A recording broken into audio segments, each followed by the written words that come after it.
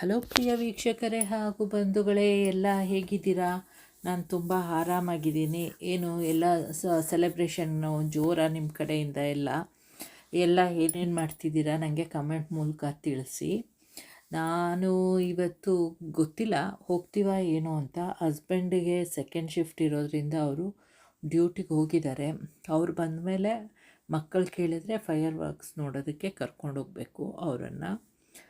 ಇಲ್ಲ ಅಂತಂದರೆ ಮನೆಯೇ ಟಿ ವಿಲಿ ಡೈರೆಕ್ಟ್ರಿಲೇ ಬರುತ್ತಲ್ಲ, ಅದನ್ನು ನೋಡಬೇಕು ಅಷ್ಟೇ. ಹೋದ ಸಲ ಎಲ್ಲ ಹಾಗೆ ಮಾಡಿದ್ವೋ ಏನೋ, ಟಿ ವಿಲೇ ನೋಡಿದ್ವಿ. ಈ ಸಲ ನೋಡಬೇಕು ಏನಂತಾರೆ ಅಂತ. ಇನ್ನೂ ಏನು ಹೇಳಿಲ್ಲ. ಈಗ ಬ್ಯುಸಿ ಇರ್ತಾರೆ, ಅದರಿಂದ ಇನ್ನೊಂದು ಸ್ವಲ್ಪ ಟೈಮ್ ಬಿಟ್ಕೊಂಡು ಅವ್ರಿಗೆ ಫೋನ್ ಮಾಡಿ ಕೇಳ್ಕೋಬೇಕು. ನೀವು ಏನಾದರೂ ಸ್ಪೆಷಲ್ ಮಾಡ್ತಿದ್ದೀರಾ? ಸ್ಪೆಷಲಾಗಿ ಎಲ್ಲಾದರೂ ಹೋಗ್ತಿದ್ದೀರಾ ಸೆಲೆಬ್ರೇಷನ್ಗೆ? ನನಗೆ ಹೇಳಿ. ಇವತ್ತೊಂದು ಇದು rangoli design free hand rangoli. ಯಾಕೆ ಅಂತಂದರೆ ಒಂದೇ ಥರ ಮಾಡಿ ಮಾಡಿ ಬೇಜಾರಾಗೋಗಿತ್ತಲ್ವ, ಅದಕ್ಕೇ ಇದು ಫ್ರೀ ಹ್ಯಾಂಡಾಗಿ ಮಾಡ್ಕೊಳ್ಳೋಣ ಅಂತ ಅನ್ನಿಸ್ತು. ಅದಕ್ಕೆ ಫ್ರೀ ಹ್ಯಾಂಡಾಗಿ ಮಾಡ್ಕೋತಾ ಇದ್ದೀನಿ. ಅದನ್ನು ಯೋಚಿಸಿ ಆಮೇಲೆ ಕಲರ್ ಹಾಕೋಕ್ಕಾಗುತ್ತಾ ಇಲ್ವಾ ಅಂತ ತುಂಬಾ ಯೋಚಿಸಿದೆ. ಆಮೇಲೆ ಏನೋ ಈ ಥರ ಮಾಡಿದ್ರೆ ಸರಿ ಹೋಗುತ್ತೇನೋ ಅಂತ ಮಾಡಿದೆ ಈ ರಂಗೋಲಿ. ಇದು ಸ್ವಲ್ಪ ಫಸ್ಟು ಒಂದು ರಫಾಗಿ ಸ್ಕೆಚ್ ಮಾಡಿಕೊಂಡೆ. ಆಮೇಲೆ ಮಾಡಿಸ್ದಾಗ ಚೆನ್ನಾಗಿ ಕಾಣುತ್ತೆ ಅಂತ ಹೇಳಿದ್ರು. ಆಮೇಲೆ ನಾನು ಇದ್ರಲ್ಲಿ ಮಾಡಿದಾಗ ಮಕ್ಕಳಂದರು, ಅಯ್ಯೋ ಇಲ್ಲ ಸರಿ ಬರಲಿಲ್ಲ ಅಂತ. ಆಮೇಲೆ ಈಗ ಟೈಮ್ ಆಗೋಗಿದೆಯಲ್ಲ, ಏನೂ ಮಾಡೋಕ್ಕಾಗಲ್ವಲ್ಲ ಅಂತ ಅದು ಹಾಗೇ ಇದು ಮಾಡ್ತಾಯಿದ್ದೀನಿ. ಒಂದೊಂದು ಕಡೆ ಅಷ್ಟೊಂದು ಸಿಮೆಟ್ರಿಕಲಾಗಿ ಬಂದಿಲ್ಲಮ್ಮ ಅಂತ ಹೇಳ್ದೆ.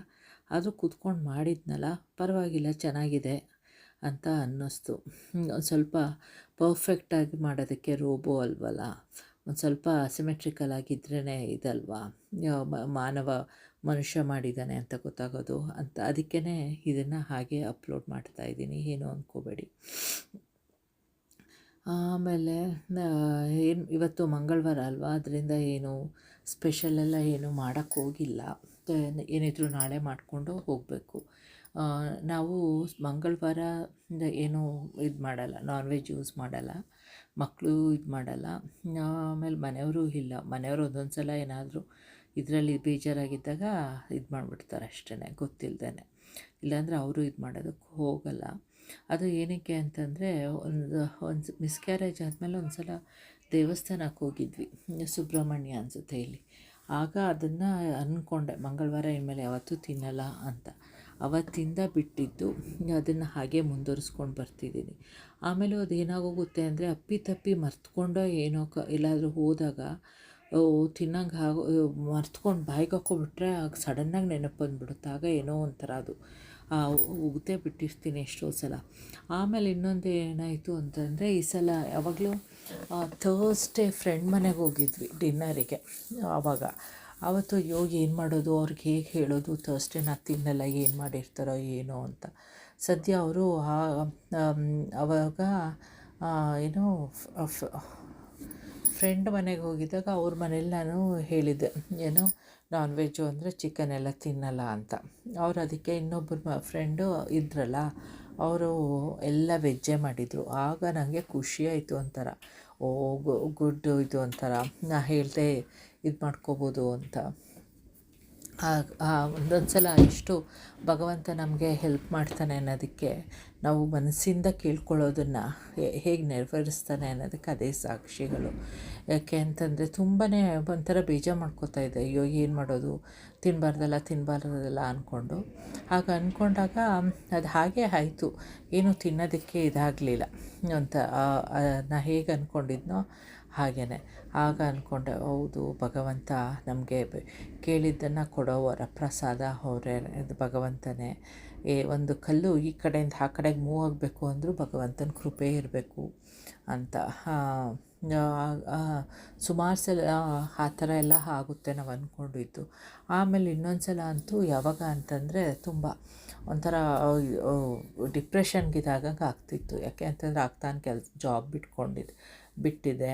ಆಮೇಲೆ ಸಡನ್ನಾಗಿ ಏನು ಅಂದರೆ, ಜಾಬ್ ಬಿಟ್ಟು 1-2 ವಾರ ಆದಮೇಲೆ ಸಡನ್ನಾಗಿ ಯಾಕೋ ಇಂಡಿಯಾಕ್ಕೆ ಹೋಗಬೇಕು ಅನ್ನಿಸ್ತು.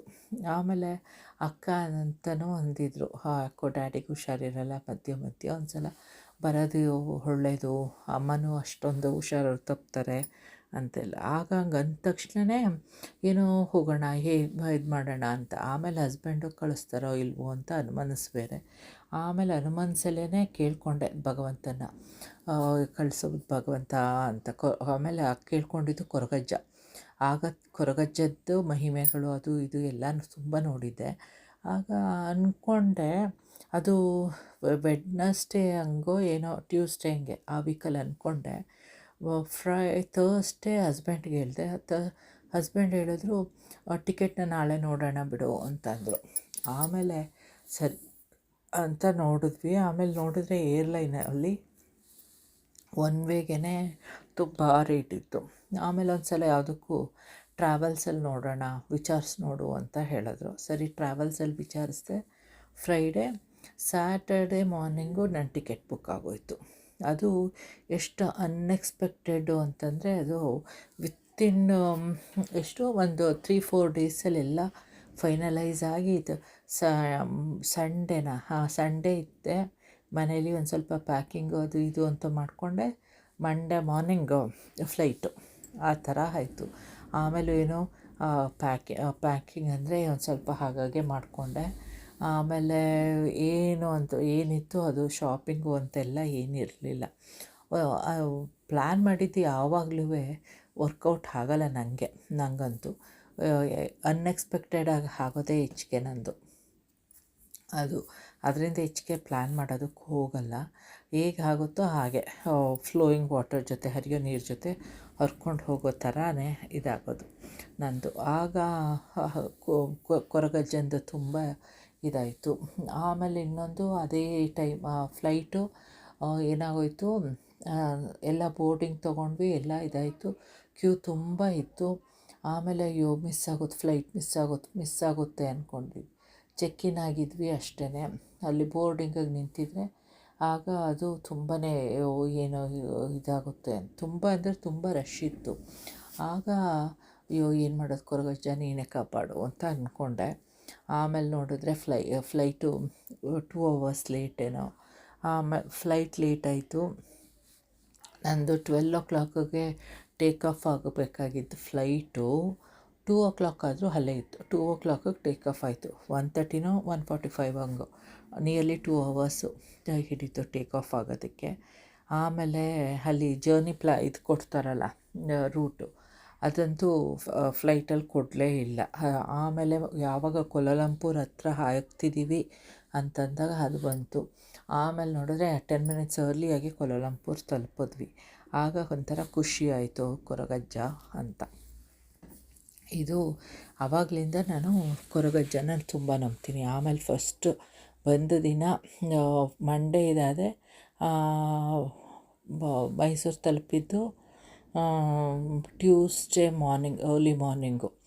ಆಗ ಟ್ಯೂಸ್ಡೇ ಅರ್ಲಿ ಮಾರ್ನಿಂಗು ಆಮೇಲೆ ಮಲ್ಕೊಳ್ಳೋ ಪ್ರಮೇಯನೂ ಬರಲಿಲ್ಲ. ಏನಾಯಿತು, ಟ್ಯೂಸ್ಡೇ ಮಾರ್ನಿಂಗು ಬೇಗ ಶವ ಎಲ್ಲ ಮಾಡಿಕೊಂಡು ದೇವಸ್ಥಾನ ಕೊರಗಜ್ಜ ನೋಡೋದಕ್ಕೆ ಕೊಟ್ಟೋಗಿದ್ದು ಅವತ್ತು, ಎಲ್ಲೂ ಹೋಗ್ದೇನೆ. ಆಮೇಲೆ ಎಲ್ಲ ಕೆಲಸಗಳು ಶಾಪ್ ಅದು ಎಲ್ಲ ಇದು ಮಾಡಿದ್ದು ಅಲ್ಲಿ. ಹಾಗೆ ನಂದು ನಂಬಿಕೆಗಳು. ಆಮೇಲೆ ದೇವ್ರನ್ನ ತೀರಾ ಬ್ಲೈಂಡಾಗಿ ನಂಬೋದಕ್ಕೆ ಹೋಗಲ್ಲ. ಆದರೆ ಭಗವಂತನೇ ಎಲ್ಲ ಮಾಡೋದು, ಭಗವಂತನೇ ನಮ್ಮ ಕೈಲಿ ಕೆಲಸ ಮಾಡಿಸೋದು, ಭಗವಂತ ನಂಬಿದ್ರೇ ಆಗೋದು ಅನ್ನೋದು ಬಲವಾದ ನಂಬಿಕೆ. ಆಮೇಲೆ ತುಂಬಾ ಇದು ಶ್ಲೋಕಗಳು ಹೇಳ್ಕೊತೀನಿ. ಇಲ್ಲ ಅಂತಂದರೆ ನಮ್ಮ ನಂಬಿಕೆ ಅನ್ನೋ ಚಾನಲ್ ಇದೆಯಲ್ಲ, ಅದರಲ್ಲಿ ಎಲ್ಲದನ್ನು ಕೇಳ್ಕೊತೀನಿ. ಎಷ್ಟೊಂದು ಗೊತ್ತಿರುತ್ತೆ ನಮಗೆ, ಅಷ್ಟೊಂದು ಇನ್ ಡೀಟೇಲಾಗಿ ಗೊತ್ತಿರಲ್ವಲ್ಲ, ಅದಕ್ಕೆ. ಭಗವಂತಂದೇ ಎಲ್ಲ ಕೃಪೆ ಅಲ್ವಾ. ನಾವು ಈ ಭೂಮಿಗೆ ಬರೋದಕ್ಕೂ ಭಗವಂತನ ಕೃಪೆನೇ, ಭಗವಂತಂದೇ ಎಲ್ಲ ಅಂತ ನಂಬಿರೋಳು ನಾನು. ನೋಡಿ ಹೇಗೆ ಅನ್ನಿಸ್ತಿದೆ, ಇದೊಂಥರ ದೀಪದ ಮೇಲೆ ಹೂವು ಅನ್ನೋ ಥರ ಕಾಣಿಸ್ತಿದೆ ಅಲ್ವಾ. ಈಗ ನೋಡಿದ್ರೆ ಗೊತ್ತಾಗ್ತಾ ಇದೆ ಎಷ್ಟೊಂದು ಇದು ಅಂತ. ಆದರೂ ಏನೋ ಒಂಥರ ಚೆನ್ನಾಗಿ ಕಾಣಿಸ್ತಿದೆ ಅಂತ ಅನಿಸುತ್ತೆ. ನೀವು ಅದನ್ನು ನನಗೆ ಹೇಳಿ, ಏನು ನಿಮಗಿಷ್ಟ ಆಯಿತಾ ಇಲ್ವಾ ಅಂತ. ಯಾರೆಲ್ಲ ಸಬ್ಸ್ಕ್ರೈಬ್ ಆಗದೆ ನೋಡ್ತಿದ್ದೀರೋ ಪ್ಲೀಸ್ ಸಬ್ಸ್ಕ್ರೈಬ್ ಆಗಿ ಮಾಡಿ ನೋಡಿ. Wish you all happy new year. ಭಗವಂತ ಎಲ್ಲರಿಗೂ ಒಳ್ಳೇದು ಮಾಡಲಿ. ನಾಳೆ ಆದರೆ ಮತ್ತೊಂದು ವಿಡಿಯೋ ಜೊತೆ ಸಿಗ್ತೀನಿ. ಬಾಯ್.